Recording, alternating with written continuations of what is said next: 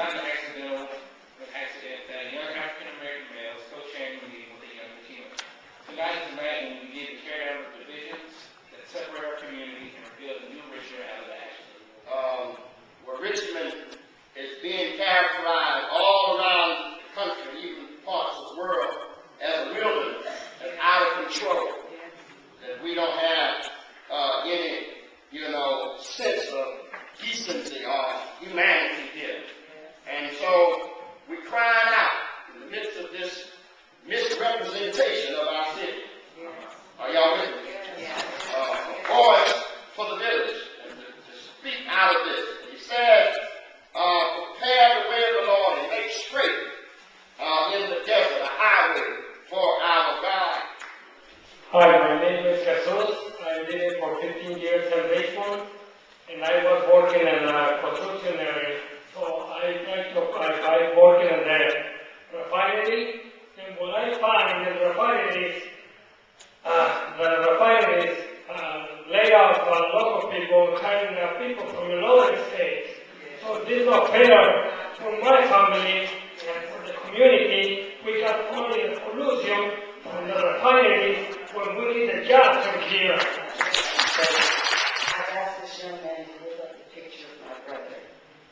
His name is Clyde Smith. I brought this picture here tonight so that you could get a look, a face on violence, on the violence that happens here in Richmond. My brother was 64 years old. He weighed 164 pounds. He was 5'9". They beat him. They tied his hands and his feet.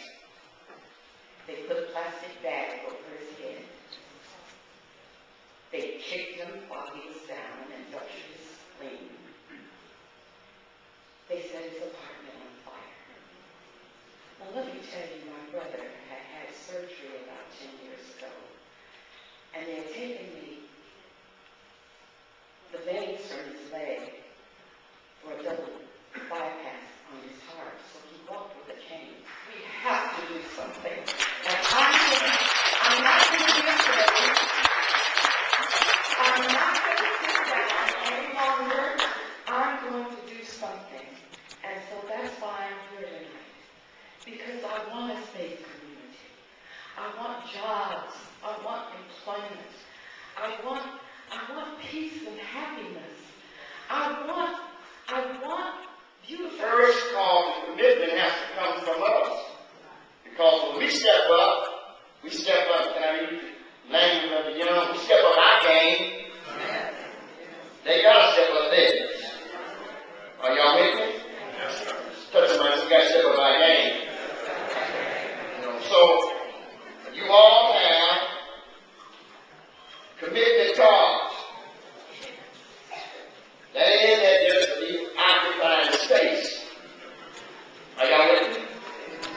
So what I need you to do, because we got some work that we have to do, some work that's going to be engaging our young people, some mentoring of our young, some work that we have to do to enhance our community, some work that we have to do to minimize and address the violence against you tonight. And I want to get right down to the bottom line.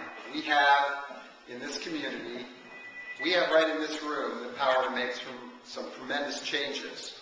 And we need that change. But the crux of that change is going to come when we have the right kind of connections going on. I want to talk about two kinds of connections that are very important.